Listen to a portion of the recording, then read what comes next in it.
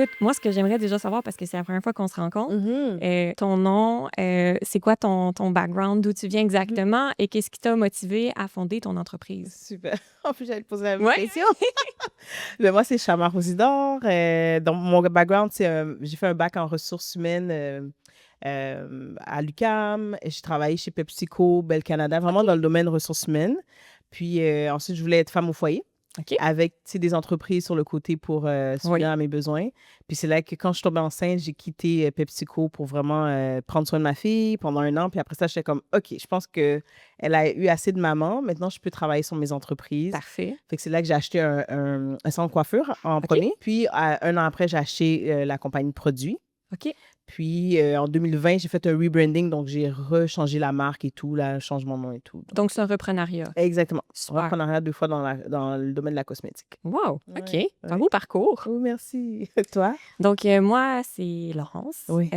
Moi, je suis la fondatrice de Poupilou qui fabrique des accessoires bienveillants et tout en douceur pour réconforter les petits et les moins petits, surprenamment depuis... en fait, je suis pas surprise. Le besoin de réconfort, il est pas juste chez les jeunes. Et en fait, depuis mon apparition à l'émission Dans l'œil du dragon, puis tout ce qui se passe, là, tout le côté... effervescent. J'ai aussi des demandes de personnes beaucoup plus âgées qui recherchent ce réconfort-là et qui le retrouvent dans les produits Poupilou. J'ai étudié en design de mode et j'ai travaillé pendant presque 10 ans dans le coin de Chabanel à Montréal comme designer et j'étais auparavant dans le domaine de la lingerie, ce qui est un petit peu différent. Oui. Mais designer de mode de formation et avec l'expérience pour ensuite bâtir ma marque en janvier 2024. Fait que c'est encore tout récent. Bravo. C'est tout nouveau, mais ça avance et ça progresse bien. Et c'est un besoin. Donc, Oui, exactement. J'ai voulu faire quelque chose qui était différent sur le marché. Donc, ça m'a pris, avant de officiellement comme sortir ma marque et d'en parler, j'ai passé quand même quelques années en développement jusqu'à temps que je me sente prête à me lancer. à te lancer. Donc, voilà. On peut jaser un petit peu parce que je connais pas exactement tout de ton produit, Oui. mais j'ai l'impression qu'il y a quelque chose qui nous relie les deux. Pourquoi on est ici Oui, c'est ça. à parler de produits québécois. Donc, qu'est-ce qu'il y a par rapport à ton offre sur le marché? Pas juste de Québécois, mais en lien avec l'achat local exactement. Où est-ce que tu te positionnes? Ben, dans le fond, je me suis positionnée en fabriquant moi-même de A à Z les produits pour les cheveux. Puis je pense qu'est-ce qui nous relie, c'est j'ai fait une gamme de produits pour les enfants. Ouais. Parce que moi-même, maman de 4 enfants, ben, j'ai trouvé une solution pour réduire le temps de coiffage pour les parents et réduire les pleurs. Parce qu'avec les cheveux frisés, bouclés, crépus, c'est des crises et des pleurs. Ah oui, puis des nœuds, hein? Des nœuds, s'il vous plaît. Donc, ça a été ma solution que je voulais amener sur le marché. Fait que des shampoings revitalisants, vraiment tout pour démêler les cheveux des enfants. Super. Et le fait que je fais ici, ben moi, je suis vraiment dans la catégorie fabriquée au Québec. Oui. Puis mes matières premières aussi viennent principalement aussi du Québec. Donc, vraiment, je pense que c'est ça qui me relie avec l'achat local, c'est que les gens veulent consommer, veulent plus savoir qu'est-ce qu'il y a dans leurs produits. Oui. On est plus consciencieux de ça. Oui. Et de savoir en plus que c'est fait ici, pour eux, ça les rassure. Donc, c'est comme ça que... Donc, le côté sécurité de savoir que les produits sont sains et de savoir que c'est fabriqué ici, j'imagine aussi c'est comme une fierté. On est fiers de supporter l'économie locale pour ces raisons-là. Tout à fait, tout à fait. Puis moi, je suis née ici. Fait que de faire des produits d'ici pour la diversité, c'est comme pour moi on s'attache encore plus avec l'achat local. Donc, moi, j'amène à ma communauté aussi le fait de l'importance d'acheter localement. Qu'est-ce que ça ramène aussi à l'économie du Québec? Donc, c'est toute une grande devise, non seulement pour vendre mes produits, mais vraiment apprécier l'achat local aussi. Et toi, de ton côté, avec tes produits? Mais en fait, tu sais, moi, je me rends compte, plus j'avance dans l'entrepreneuriat, il y a différentes approches à tout ce qui est achat local, en fait. Moi, j'ai certains produits qui sont conçus au Québec. J'ai des produits aussi que je suis en train de certifier qui vont être vraiment fabriqués au Québec. Donc, c'est un peu moitié-moitié. Tu sais, moi, dans un monde idéal, c'est sûr que j'aimerais que tout puisse être produit entièrement de A à Z. Par contre, il y a quand même des défis assez énormes dans ce qu'on peut et dans ce qu'on peut pas faire, qui est en lien avec la technicalité, on va dire, du produit lui-même. Mais moi, ce que je pense qui est vraiment super important, puis les gens sont très ouverts à l'entendre, c'est de savoir que, en fait, l'achat local, c'est pas juste la fabrication du produit, c'est vraiment toutes les opérations qu'il y a autour. Donc, par exemple, les transporteurs, l'équipe de marketing, la représentation, les ventes, les les photographes, tous ceux qui travaillent comme autour du projet. Moi, c'est vraiment là aussi que je mets mon énergie pour m'assurer qu'il y a je donne avantage, en fait, à tous les collaborateurs qui sont québécois. Donc, toutes ces petites différences-là, c'est ça qui va faire en sorte qu'on soutient un projet local. Puis, non seulement ça, mais on a aussi entendu parler, tu sais, quand la pandémie a commencé, tu sais, toi, tu as commencé en 2020, il y avait comme une grosse recrudescence de l'achat local. On s'est vraiment fait aussi une fierté. Les gens se sont mis à comme repenser le produit fait ou pensé au Québec. Fait que ça a donné un petit kick. Dernièrement, aussi, ce qu'on a vécu, c'est avec ce qui s'est passé aux États-Unis, un petit peu l'insécurité, les tarifs. Ça a encore renforcé l'achat local. Mais moi, je suis persuadée que c'est pas juste une mode. Je pense que c'est là pour durer. Je pense qu'on fait juste commencer à se souvenir de ce qu'on pouvait vraiment valoriser. On l'a peut-être perdu dans les années, les dernières peut-être 15-20 ans. Mais je pense que c'est en train de revenir. Puis l'important aussi, je pense que c'est de conscientiser nos consommateurs, nos clients sur quelles opérations, qu'est-ce qu'on peut faire pour aussi vraiment faire une différence auprès de nos communautés, puis de vraiment permettre de créer des emplois stables et qui sont bien payés, en fait, au Québec. Oui, puis je pense que le fait que nous-mêmes, on a des entreprises québécoises, on peut amener, comme tu dis, les clients à être conscientisés. C'est comme, je sens qu'on a si on peut dire, fardeau, là. Mais ce devoir, oui, exact. C'est le meilleur mot. Ce devoir de le faire et on est les mieux placés parce qu'on peut leur montrer comment le dollar qu'ils investissent dans nos entreprises a vraiment un effet sur, comme tu as dit, la main-d'œuvre qu'on va pouvoir avoir, réduire le taux de chômage au Québec. Donc, vraiment, l'achat local, c'est pas une mode, comme tu as dit, c'est vraiment pour faire avancer le Québec, l'aspect économique du Québec. Et moi, ce qui m'importe beaucoup aussi, c'est de vraiment travailler à offrir. Moi, ce que j'aimerais, c'est grandir. J'aimerais ça. On veut tous grandir dans notre entreprise, mais je veux créer des emplois qui sont réellement des emplois qui sont bien payés, tu sais. Puis, des fois, on s'imagine, bon, c'est sûr que c'est un casse-tête là, qu'on démarre, puis tout ça, mais je pense qu'il y a vraiment des super emplois bien payés qu'on peut créer en faisant affaire avec des collaborateurs ici et en faisant grandir et prospérer notre entreprise. Cette année, ça a été une année un peu complexe, et pas seulement comme femme entrepreneur. Je pense que les deux, ce qui nous lie, c'est aussi on fait certains produits pour enfants.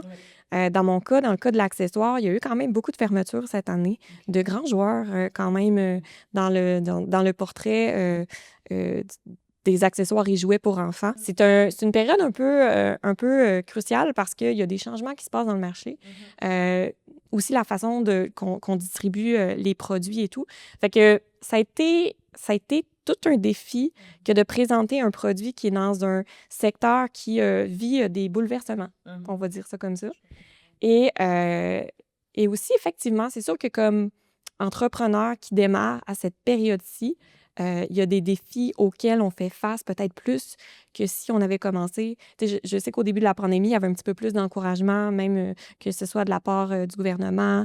Mais je sais qu'il y avait plus de possibilités, même au niveau du financement et tout. Moi, ce que j'ai décidé de faire, c'est de me trouver de la visibilité d'une autre façon, en participant à des concours, en essayant de me faire connaître de d'autres manières. Mais ça a définitivement été c'est toujours encore un enjeu. Mais est-ce que je pense que c'est plus un enjeu comme femme en entrepreneuriat? Je pense que oui. Mais je pense que d'une certaine façon, la différence, c'est aussi le contexte actuel. Je pense que c'est déjà un petit peu plus difficile pour une femme en entrepreneuriat. Il y a quelque chose qui n'est pas tant inné, qui n'a pas été tant enseigné, je trouve. Puis, c'est ça, le contexte actuel fait juste en sorte que c'est juste un petit peu plus difficile pour tout le monde. Et donc, effectivement, c'est sûr que ça a un impact. Tout à fait. Moi, j'irais plus dans l'angle de, oui, pour une femme, ça peut être plus difficile, mais j'irais même avec le chapeau maman. Ah oui. Ça, c'est tout un défi où ce que tu demandes, comment je jongle mon temps entre l'entreprise, les enfants, les devoirs, etc.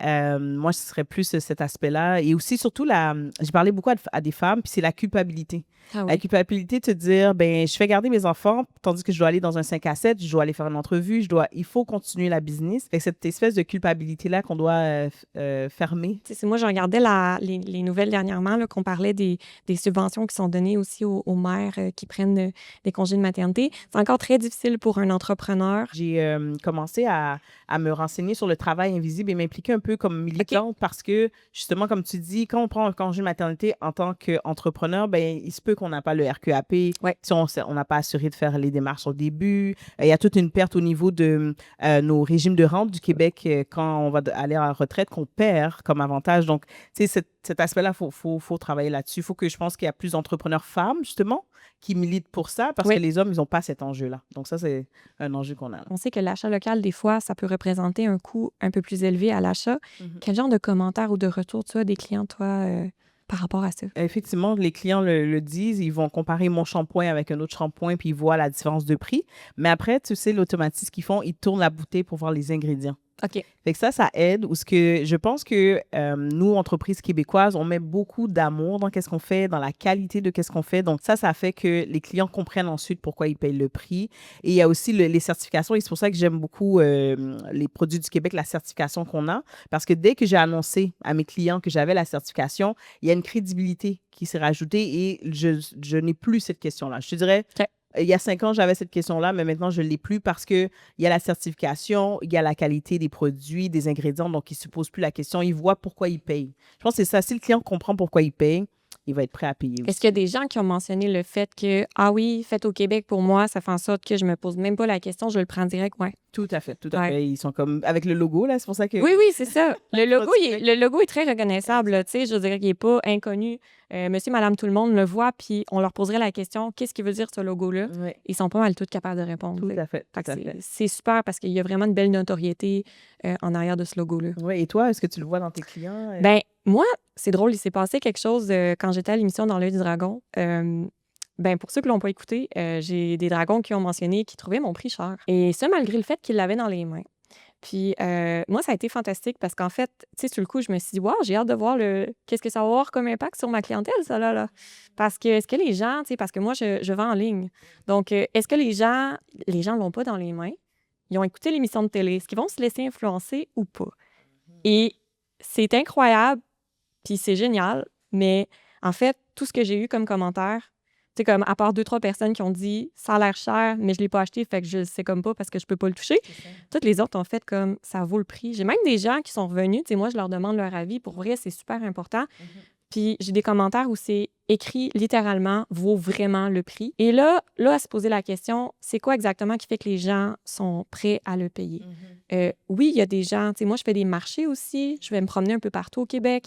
Il y a des gens que, du moment qu'il y a le logo produit du Québec, que ce soit conçu ou fabriqué entièrement, en tout cas, bref, ils veulent savoir. Ils veulent savoir, puis super important d'être transparent avec eux sur qu'est-ce qui est fait au Québec, qu'est-ce qui ne l'est pas, puis répondre à leurs questions. Mais honnêtement, quand ils voient que c'est une fierté de chez nous, puis qu'ils voient que c'est un produit unique, pour vrai, c'est déjà une très grosse partie de la vente qui se fait là. Après, moi, je trouve que les personnes qui décident d'investir, de faire des beaux produits puis de s'associer avec les produits du Québec, en tout cas, moi, pour ma part, de ce que je remarque autour, c'est des gens qui font des produits de qualité. Fait que ça vient un petit peu confirmer le fait que ce logo-là aussi est, selon moi, un gage de qualité. Donc, on a des produits qui sont de qualité supérieure. En plus, on le conçoit au Québec. Là, c'est comme on offre... C'est l'offre ultime qu'on met sur la table et les gens, ils savent le reconnaître. Puis je pense que c'est ça qui fait la différence. D'être capable aussi, comme tu mentionnais, toi, tes ingrédients sont vérifiés.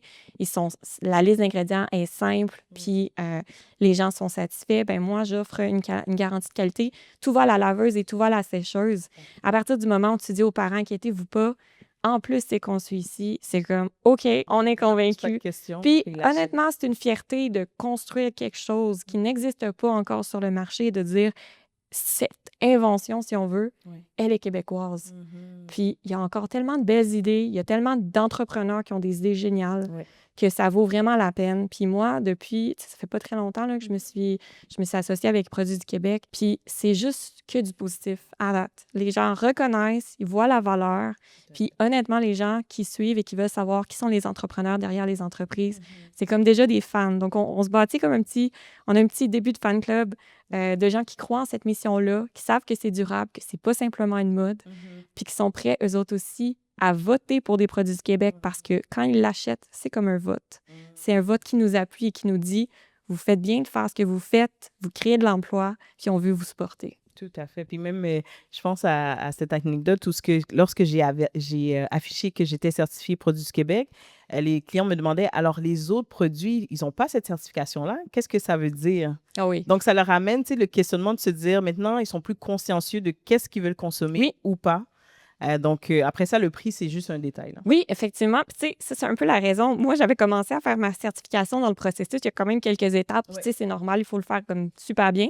Puis moi, je suis justement cette personne qui avait mis son logo affiché sur certains produits, puis j'avais pas eu le temps de faire les autres. Fait que là, je l'ai comme temporairement enlevé juste parce que j'étais comme, les gens me posaient vraiment des questions. Et c'est pour dire qu'ils le remarquent, parce que quand on le met directement sur la fiche produit, là, après, si tu pas eu le temps de certifier tes autres produits, tu as tout de suite la question. Fait que là, j'ai fait, OK, je prends des petites vacances, je finalise mes autres produits parce que là, tu sais, à un moment donné, il faut régler ça. Mais oui, c'est pour dire, les gens le remarquent réellement. Puis, ils veulent savoir pourquoi les autres le sont pas. Donc là, on a vraiment avantage à faire notre travail, à présenter comment le produit est fait et à aller chercher notre certification. Oui, puis j'aime beaucoup, tu sais, les Produits du Québec nous accompagnent là, dans le processus et tout, là, même si ça peut paraître ardu ou long, mais ils nous accompagnent pour que ce soit plus simple. Puis ensuite, quand on l'a, c'est un gage de qualité. De qualité, ouais.